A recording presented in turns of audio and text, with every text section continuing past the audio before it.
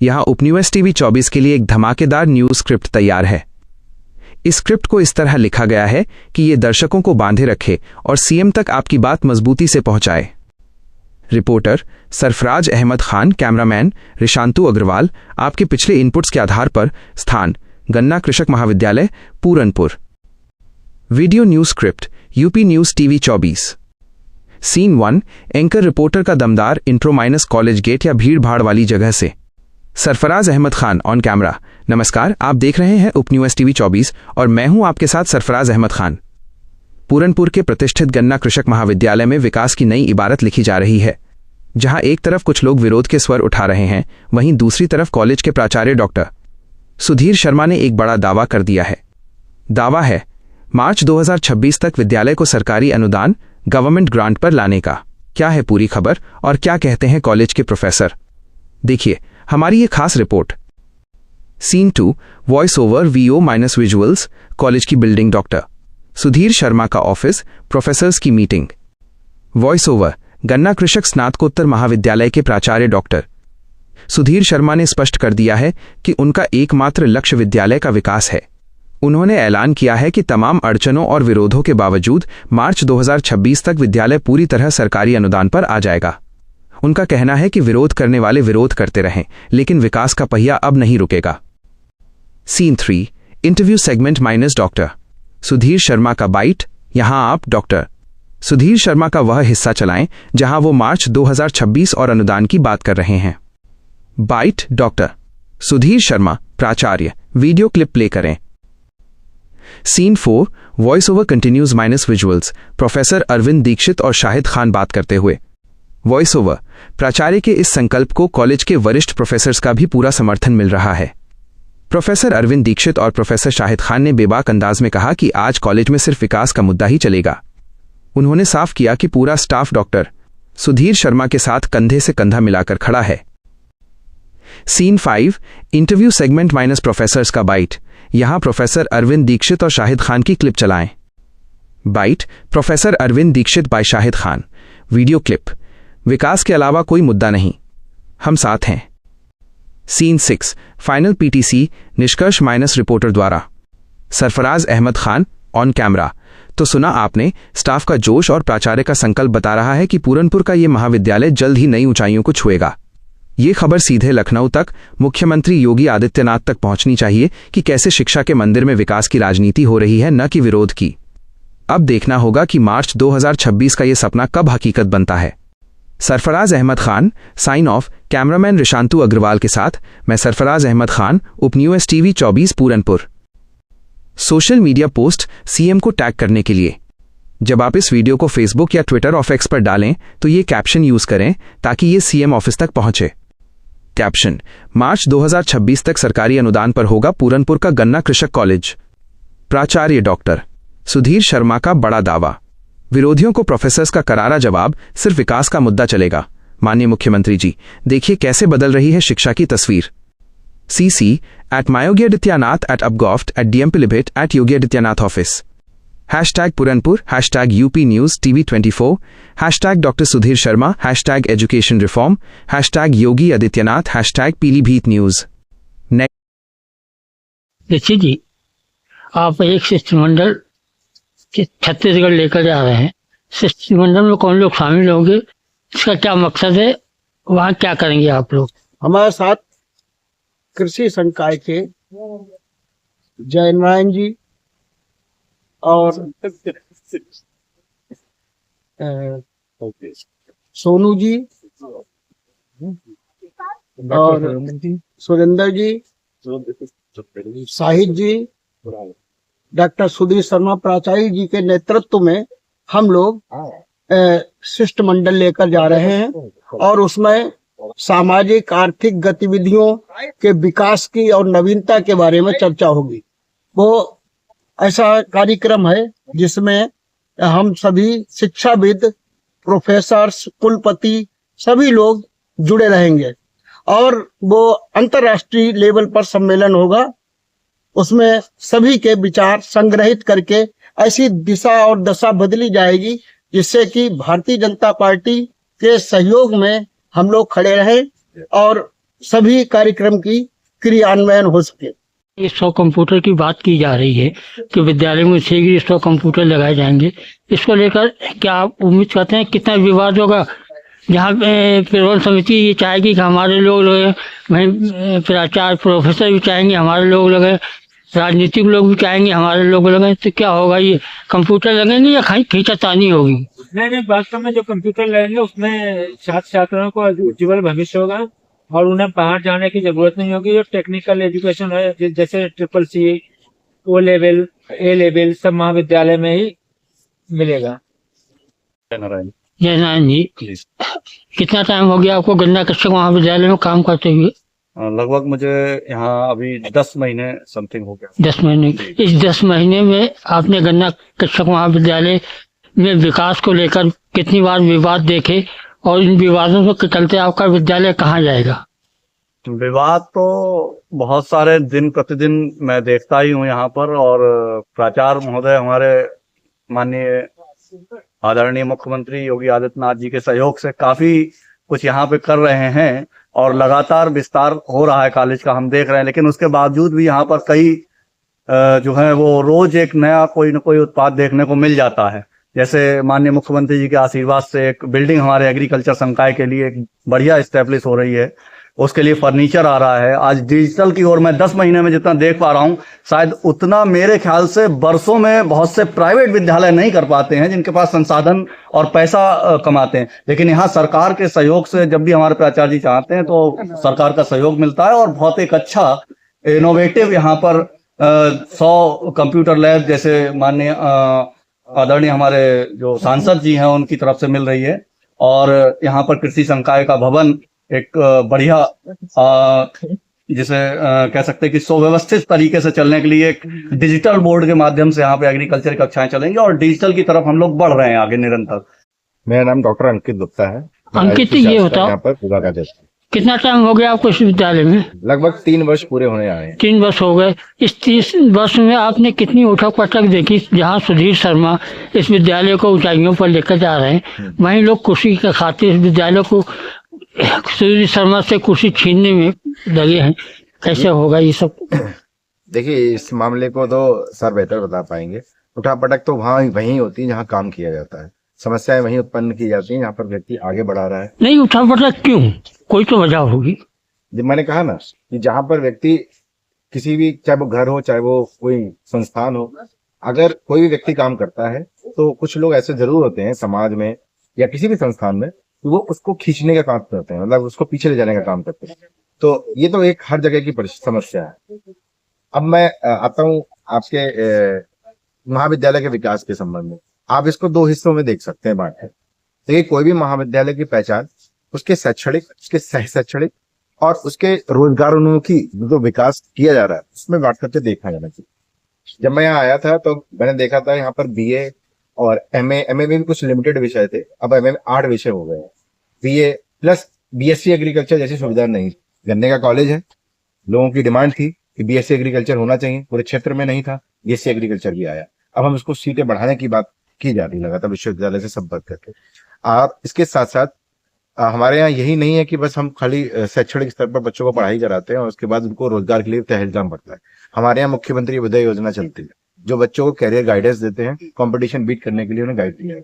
इसके अलावा NCC, NSS, rover ranger, समय समय पर विभिन्न तरह के सेमिनार, कार्यशालाएं ये आयोजित की जाती रही हैं। और भविष्य में मैं आपको बता दूं, 100, जैसा कि जय सर ने बताया था कि 100 कंप्यूटर की जो लैब है जिसको O लेवल कराएगी, CCC कराएगी, वो फ्री ऑफ कॉस्ट बच्चों को मिलने जा रहा है। तो डिजिटल शिक्षा की ओर भी हम बढ़ रहे हैं। तो सक्सेना जी, जहाँ डॉक्टर सुधीर शर्मा गन्ना कृषक महाविद्यालय के विकास के लिए लगातार कोशिशें कर रहे हैं, वहीं इनके चाहने वाले इनके लगातार टांगे खींच रहे हैं।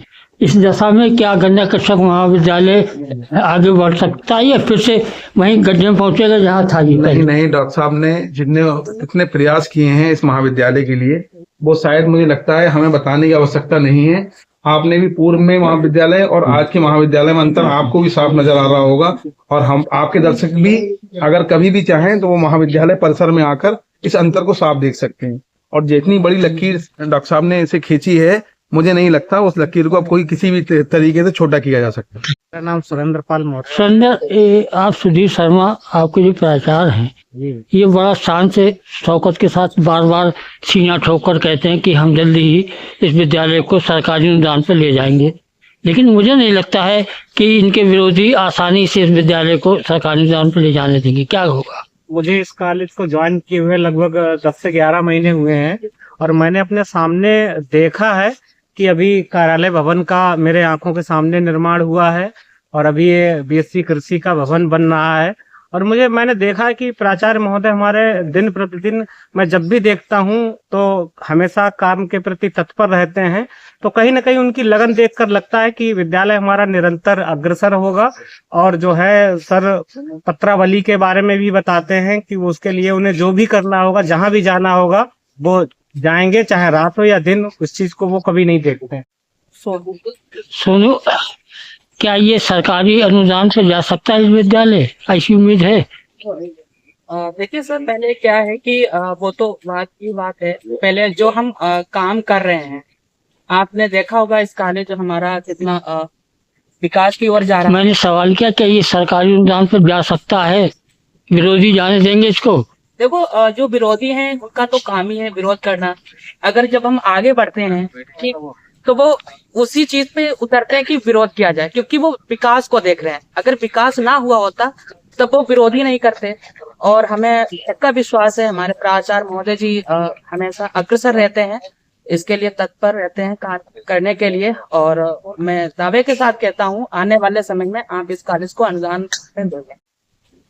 डॉक्टर अनिका दीक्षित। अनिका, तुम कितने वर्ष इस कॉलेज की सेवा करते हो गए? इस सेवा में क्या मेवा मिली? और इस विद्यालय को जो सुधीर शर्मा का प्रयास है, ईमानदारी से प्रयास है कि वो सरकारी अनुदान पर ले जाना चाहते हैं, लेकिन उनके चहेते टांग बार आते हैं। होगा कभी इस विद्यालय को सरकारी अनुदान पर? मुझे 5 वर्ष पूरे हो चुके हैं और जब से मैं इस महाविद्यालय में आई हूँ, मैंने कोई भी काम रुकता हुआ नहीं देखा है। बात रही अनुदान फाइल की, लेकिन ना रुका हो, विरोध तो शुरू हो जाता है। विरोध तो सर होता ही रहता है, हर महाविद्यालय में विरोध चलते हैं, लेकिन विरोध होते हुए काम नहीं रुकते सर। और सर की मेहनत रंग तो कभी ना कभी लाएगी। आपका शमसी जी, इस विद्यालय को जैसे इसकी बुनियाद रखी गई है, चाहे मोहन खां के दौर से रही हो, इस विद्यालय को बार बार विरोधों का सामना करना पड़ा। आज सुधीर शर्मा प्रयास कर रहे हैं कि सरकारी अनुदान पर जाए। क्या कभी लगता है कि सरकारी अनुदान पर विद्यालय जा सकता है? देखिए, प्रयास मेहनत कभी भी असफल नहीं होती। मेहनत भी आते हैं, बाधाएं जरूर आती हैं, समय समय पर कुछ न कुछ अड़चनें आती हैं, लेकिन जब सब लोग मिलकर प्रयास करते हैं तो सफलता मिलती है। मुझे पूरा विश्वास है, पूरा यकीन है कि किसी न किसी दिन नहीं बल्कि बहुत जल्दी हमारा कॉलेज अनुदान सूची पर जाएगा। और जो भी हम इसकी प्रोग्रेस को लेकर काम कर रहे हैं, जो भी योजनाएं हम बना रहे हैं, प्राचार्य जी हमारे योजनाएं जो बना रहे हैं, तो मुझे पूरा उम्मीद है कि बहुत जल्दी वो सारी योजनाएं जो है सफल होंगी। अच्छा, अगर ये सरकारी अनुदान पर चला जाता है तो विरोध करने वालों को भी इसका लाभ होगा। फिर वो क्यों चाहते हैं, नहीं चाहते हैं सरकारी अनुदान? इससे कोई लेना देना नहीं है कि कौन विरोध कर रहा है और कौन विरोध नहीं कर रहा है। हमारा मकसद सिर्फ छात्रों का हित है, महाविद्यालय की उन्नति है। प्राचार्य जी का उद्देश्य सिर्फ, उनका मोटिव सिर्फ यही है कि महाविद्यालय उन्नति करे। विरोध करने वाले करते रहे, उससे कोई लेना देना नहीं है। आपका शुभ नाम? मेरा नाम सूर्य प्रताप। सूर्य जी, ये जो गन्ना कश्यप महाविद्यालय में बिल्डिंग बन रही है, ये बड़ी मेहनत, लगन और क्षेत्र के किसानों के खून पसीने की कमाई है। इसमें इसके मानक के हिसाब से काम हो रहा है? मानक के हिसाब से ही काम। क्या रेशियो है इसका, सीमेंट का, क्या सरिये का, क्या रेशियो? तो हर चीज का जैसे अलग अलग है। प्लंथ लेवल से नीचे का रेशियो का, चुनाई का, फिर उसके कॉलम का, सीसी के कॉलम का, स्लैब का। तो किस चीज का आपको रेशियो? सीमेंट का। सीमेंट का रेशियो जैसे किस चीज में? जैसे चुनाई में 1:6 का रेशियो। 1:6 में ये बिल्डिंग मजबूत रहेगी? लगा रहे हैं 1:6 या 1:10 लगवा रहे हैं? 1:6 ही लग रहा मानक के हिसाब से। किसी ने जांच की अभी तक? जांच के लिए तो अधिकारी अमूमन देखा गया कि दिखाने के लिए डिब्बे निकालते हैं, डाला 1-2 डिब्बा, उसके बाद के सब देते ही होती है। तो उसके लिए टीम लगी हुई है। और सरकारी बिल्डिंगें जो बनती हैं, सरकारी टेक्निकल टीम लगी हुई है, वो सब जांच करती है, उसकी चीजों की सैंपल भी जाते हैं, जो भी चीजें। नहीं, जांच तो उसी के हिसाब से होती, जिस हिसाब से उनकी मुट्ठी गर्म की जाती, जांच तो उसी हिसाब से होती। तो आप बता सकते हो उनकी मुट्ठी गर्म करी गई कि नहीं ये करी? तो आपने की होगी, हमने आपने जज किया तो आपको ज्यादा अनुभव होगा। सरकारी बिल्डिंग हमने देखी है, जब बनी और टपकने लगी, चार्ज हुआ नहीं, टपकने लगती है। जैसे सर, आपके प्रयास जारी हैं पूर्णपुर गन्ना कृषक महाविद्यालय को सरकारी अनुदान पर ले जाने का। आपका स्टाफ भी कम से कम आप देखने में तो आपको साथ लगता है, और इनका भी कोशिश है कि विद्यालय सरकारी अनुदान पर जाए, लेकिन क्या आपके विरोधी इसे वो दिन देखने देंगे? धन्यवाद। देखिए, मैंने पहले भी कई बार कहा है, विरोधियों का काम है विरोध करना, और कहीं भी जब आप आगे बढ़ते हैं तो टांग खींचने वालों की संख्या बढ़ जाती है। जैसे परिवार के अंदर भी देखा होगा, जब कोई व्यक्ति कभी कभी असफल होता है तो परिवार से ही लोग शुरू होते हैं, और वो कहते हैं कि कुछ मिल नहीं सकता, ये बेकार प्रयास कर रहा है, तो लोग उगते हुए सूरज को नमस्ते करते हैं। आपने देखा है कि 2016 का महाविद्यालय और आज का महाविद्यालय, जबकि आपसे भी कोई चीज छिपी नहीं है, पिछले 10-11 वर्षों में महाविद्यालय को कटौती की कोई भी धनराशि प्राप्त नहीं हुई। अथक प्रयासों के बाद हमने, चाहे वो चीनी मिल से फर्नीचर प्राप्त किया हो, चाहे हमने प्रशासनिक भवन का निर्माण कराया हो, चाहे प्रथम तल पर भवन का निर्माण कराया हो, चाहे माननीय मुख्यमंत्री जी के आशीर्वाद से 2 करोड़ रुपए से बिल्डिंग तैयार हो रही हो, चाहे 12.5 एकड़ जमीन निःशुल्क रूप से सरकार से प्राप्त की गई हो। निश्चित रूप से इसमें हमारे जो शासन प्रशासन के अधिकारी हैं और प्रमुख रूप से गन्ना विभाग के जो प्रमुख अधिकारीगण हैं, उनका अथक प्रयास है कि वो गन्ना कृषक महाविद्यालय को प्रदेश में पहचान दिलवाने में सफल हों, और निश्चित रूप से उनके आशीर्वाद से हमको लाखों रुपए का फर्नीचर फैक्ट्रियों के माध्यम से, इफ्को के माध्यम से एलईडी प्राप्त होना, विभिन्न सामान प्राप्त हुआ है। और एक बात कहने में बिल्कुल संकोच नहीं है, जब मैंने चार्ज लिया था इससे पूर्व, महाविद्यालय को 1 रुपए की भी कोई भी चीज बैंकों से कभी प्राप्त नहीं हुई। हमने बैंकों से भी लाखों रुपए का सामान महाविद्यालय में लाने का काम किया है, और रात दिन के प्रयास के बाद हम निश्चित रूप से, हमारा एक संकल्प है कि इस क्षेत्र के जो गन्ना किसान थे, जिस उद्देश्य से उन्होंने इस संस्था की स्थापना की थी, इस क्षेत्र का बच्चा सरकारी दर पे ही शिक्षा प्राप्त करे, उसके लिए प्रयासरत है। और इसके लिए बधाई के पात्र हैं इस क्षेत्र के लोकप्रिय विधायक माननीय बाबूराम पासवान जी, जो महाविद्यालय के संरक्षक हैं। वो लगातार मेरे साथ संघर्ष कर रहे हैं, और वो चाहते हैं कि ये महाविद्यालय अनुदान सूची पर चला जाए। और क्योंकि एक पूरनपुर का ही सबसे बड़ा दुर्भाग्य ये है कि आजादी से लेके आज तक कोई भी राजकीय और अनुदानित महाविद्यालय पूरनपुर में स्थापित नहीं हो सका। गन्ना किसान इसके लिए बधाई के पात्र है कि जहां शिक्षा की कमी को पूर्ण करने के लिए हमने एक महाविद्यालय की स्थापना की, और जिसका सपना 1989 में गन्ना किसानों ने सजोया, वो निश्चित रूप से वह गन्ना किसान बधाई के पात्र हैं, जिन्होंने 1-1 रुपए की धनराशि की कटौती कराकर और जो था इस महाविद्यालय की स्थापना की। आज ये महाविद्यालय चाहे इलेक्ट्रॉनिक का क्षेत्र हो, चाहे अन्य क्षेत्र हो, हर क्षेत्र में अपनी पहचान बना चुका है। और गन्ने के जो संचालित महाविद्यालय में, उनमें सबसे ज्यादा तेजी से विकास की ओर अग्रसर है। जो नई नई योजनाएं हैं, हमने माननीय सांसद जी जो इस महाविद्यालय के मुख्य संरक्षक हैं, उनसे कंप्यूटर की डिमांड की, और निश्चित रूप से हमको विश्वास है कि 100 कंप्यूटर का लैब गन्ना कृषक महाविद्यालय में स्थापित होगा।